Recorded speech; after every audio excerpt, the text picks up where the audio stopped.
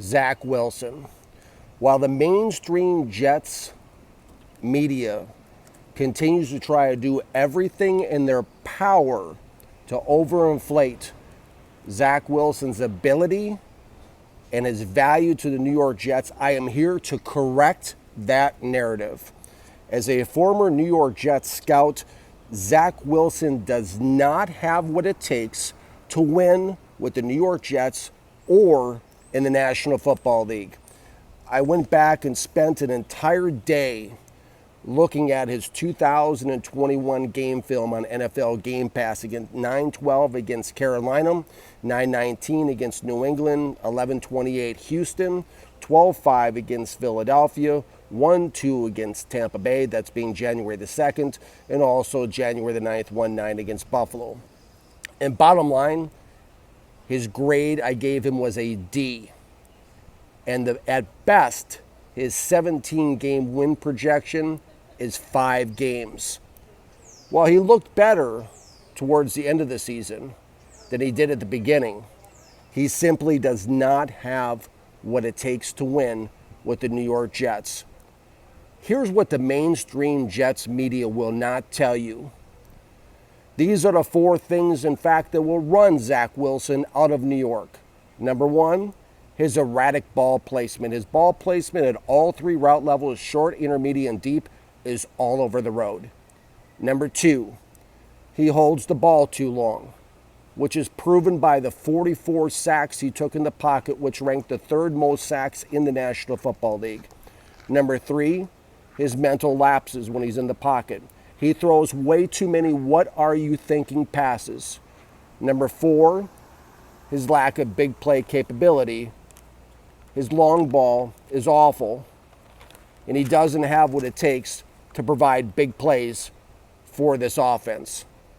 I wrote about this for Jets Country. If you wish to go look at the article, it's out there. It currently ranks number 1 on Google News. It's not just me saying this stuff.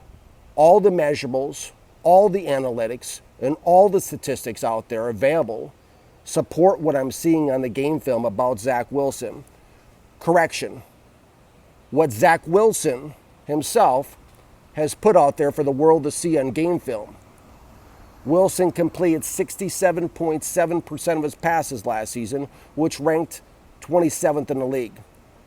Versus man coverage, he completed 53.9% of his passes, which ranked number 28th. Versus zone, he completed 67% of his passes. That's where he proves to be erratic downfield. He's better throwing into larger throwing windows than tighter windows afforded by man coverage. He struggles to fit the ball into tighter coverages in the man coverage. Here's even more disturbing and revealing statistic about quarterback Zach Wilson, okay, is he only could complete 61.8% of his passes when throwing from a clean pocket with no pressure, which ranked Zach Wilson number 33 in the National Football League. I'm not just all about analytics and stats and all that stuff. I'm into the game film. I'm old school. That's where I come from. And here are the things that Zach Wilson put on film in these 6 games. And there's a lot of things out there that are sparking this optimism. So I understand it. These are the things that he showed me on game film that were positives. He's athletic, has excellent escapability. In fact, he even looks like Houdini at times in the pocket. He's energetic. He's a passer first and a runner second. He's very well schooled in terms of mechanics. Decent play action, competitive, poised, goes through his progressions, and good arm strength. It sounds like winner, we have ourselves a chicken dinner, right? It sounds like those attributes are positives. But the negatives so far outweigh the positives from an evaluation standpoint. It's always one step forward with Zach Wilson and a step or two backwards. He brings the inconsistent rhythm, tempo, and continuity as a leader under the center position. He's not good against pressure, often breaks down against pressure. He's inaccurate on the move when he's flushed out to his right or to his left. His accuracy, as I mentioned, his ball placement, short, intermediate, and deep, is all over the place. Tries too hard to steer at times. Tends to throw too many dangerous passes. He's too hesitant at times to pull the trigger, which throws off the timing of the entire offense. He doesn't always know what he's seeing downfield. He struggles to sustain drives. He looks overwhelmed, and bottom line, he just lacks courage. Zach Wilson is too thin-skinned, his personality-wise, to play quarterback in New York or anywhere in the National Football League and to win.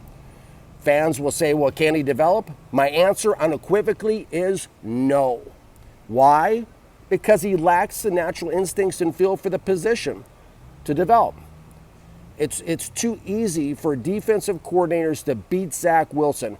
All defensive coordinators have to do is put pressure in his face and just stay locked in man coverage for the entire game, and the Jets will lose. He's just not a quarterback. Yes, he's been raised and trained to be a quarterback, but that is not who Zach Wilson is. Thank you for watching, everybody.